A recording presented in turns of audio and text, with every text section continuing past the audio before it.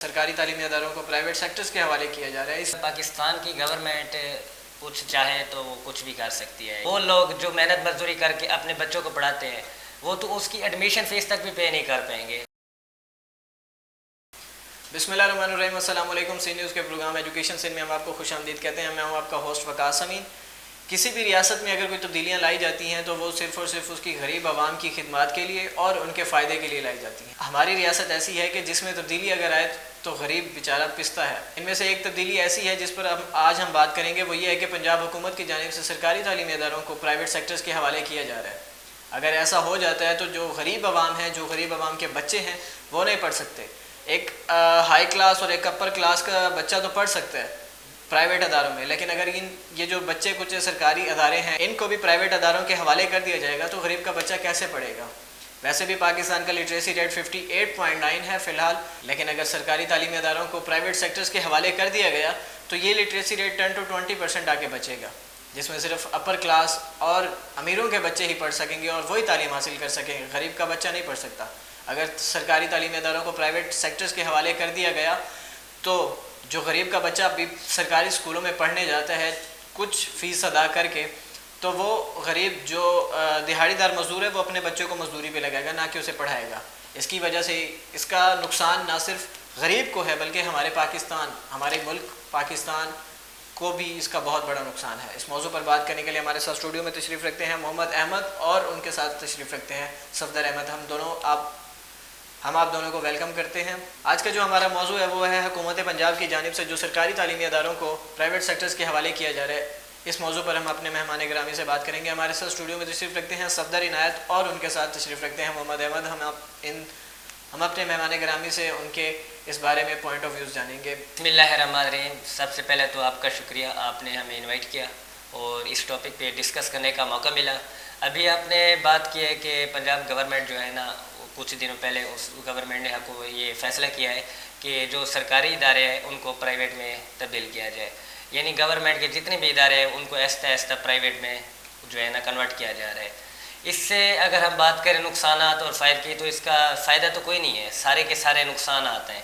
کیونکہ وہ لوگ جو یعنی پرائیویٹ میں اداروں میں نہیں پڑھ سکتے, یا ان لوگوں کے بچے جو مزدوری کرتے ہیں, جو جوتے پالش کرتے ہیں, سبزی بیچتے ہیں, یا کوئی اور محنت مزدوری کرتے ہیں, وہ تو غریب لوگ ہیں نا, وہ تو یہ پرائیویٹ اداروں کی فیس نہیں پے کر سکتے. اگر ہماری گورنمنٹ سارے سرکاری اداروں کو پرائیویٹ میں ایسے ایسے تبدیل کر دے گی تو وہ لوگ جو محنت مزدوری کر کے اپنے بچوں کو پڑھاتے ہیں وہ تو اس کی ایڈمیشن فیس تک بھی پے نہیں کر پائیں گے, تو اس کی فیس تو دور کی بات ہے نا. یہ تو ہمارا جو ایجوکیشن سسٹم ہے سارا کا سارا ڈسٹرب ہو جائے گا. اور ہمارے پاکستان میں جو ہے شیخ خواندگی ہے تعلیم کی وہ کام ہو جائے گی اس طرح, کیونکہ غریب اس پاکستان میں زیادہ تر دیکھا جائے تو ہمارا پاکستان میں زیادہ عوام غریب ہے. اور پرائیویٹ اداروں میں صرف ان کے بچے پڑھ سکتے ہیں جو یعنی لینڈ لارڈ ہیں یا امیر ہیں یا جن کے بڑے بڑے بزنس ہیں, ہاسپٹلس ہیں, ادارے ہیں, وہ اپنے بچوں کو جو ہے نا پرائیویٹ اداروں میں پڑھا کے تعلیم دے سکتے ہیں. لیکن نقصان تو ان لوگوں کا ہے جو محنت مزدوری کر کے اپنے بچوں کو پڑھاتے ہیں. جب سارے ادارے اب پرائیویٹ ہو جائیں گے تو وہ اپنے بچوں کو کہاں پڑھائیں گے؟ ذرا بات یہ سوچنے کی آتی ہے سر. جی بہت شکریہ صفدر عنایت. محمد احمد آپ بتائیے گا کہ آپ کا اس پوائنٹ کے بارے میں کیا کہنا ہے کہ پنجاب حکومت نے جو سرکاری تعلیمی اداروں کو پرائیویٹ سیکٹرز کے حوالے کر دیا گیا ہے, اس بارے میں آپ کا کیا کہنا ہے؟ شکریہ آپ کا, آپ نے موقع دیا ہمیں بولنے کا. تو یہ جو سلسلہ چل رہا ہے گورنمنٹ اسکولوں کو پرائیویٹ میں کنورٹ کر رہے ہیں تو اس سے غریب عوام کا نقصان ہے. لہٰذا حکومت کو چاہیے یہ اقدامات کو روکا جائے تاکہ غریب عوام تعلیم حاصل کر سکے. جی بہت شکریہ محمد احمد.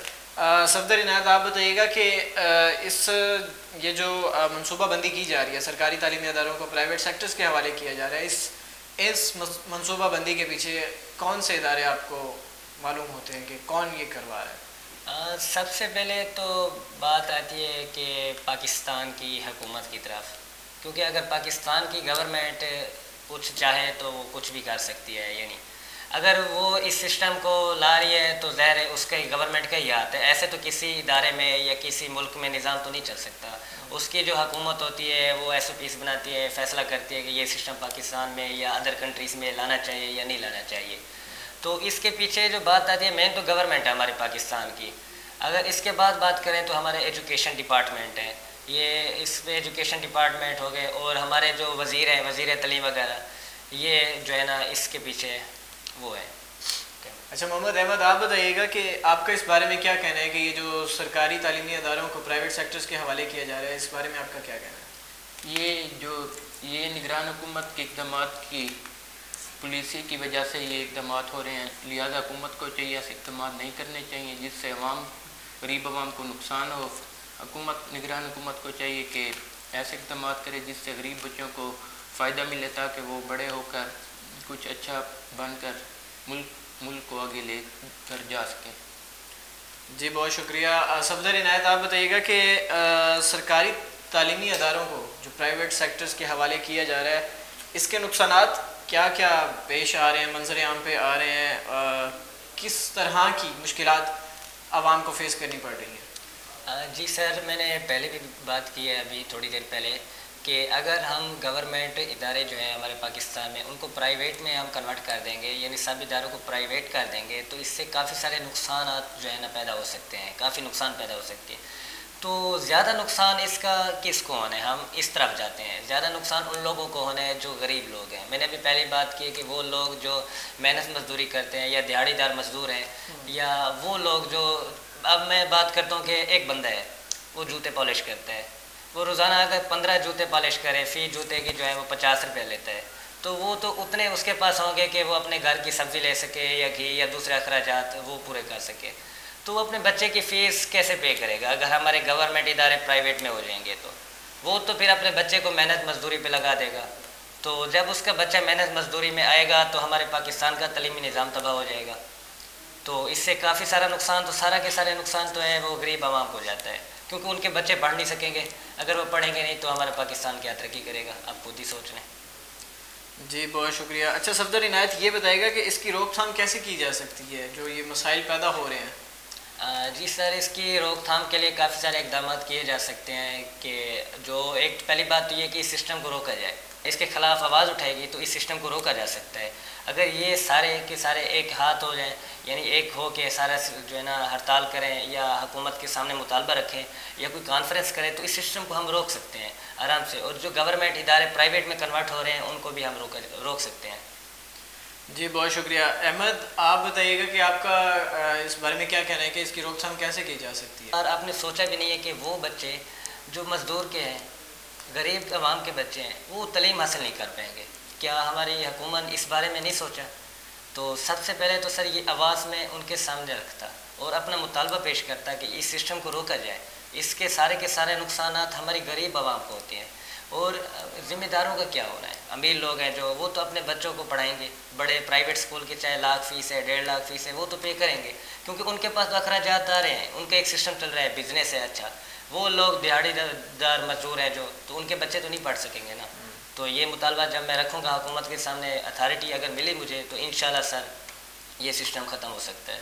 جی ناظرین، تو آپ نے ہمارے مہمان گرامی کا پوائنٹ آف ویو جانا۔ صفدر عنایت اور محمد احمد، آپ دونوں کا بہت شکریہ اسٹوڈیو میں تشریف لانے کا۔ جیسا کہ ہمارے مہمان گرامی نے یہ بات کی اس موضوع پر کہ جب تک غریب عوام اپنے حقوق کے لیے کھڑی نہیں ہوگی تب تک ان کو حقوق نہیں دیے جا سکتے، کیونکہ یہاں پہ غریب، یہ ایک ریاست ہے، ایسی ریاست ہے جہاں پہ غریب کو ہی نقصان پہ نقصان ہوا جا رہا ہے۔ امیر تو اپنا گزارا کر رہا ہے، اس کا چل رہا ہے، اچھی طرح سسٹم چل رہا ہے، لیکن جو غریب ہے اس کی اولاد اور غریب وہ ایک اس سسٹم کی چکی تلے پس رہے ہیں۔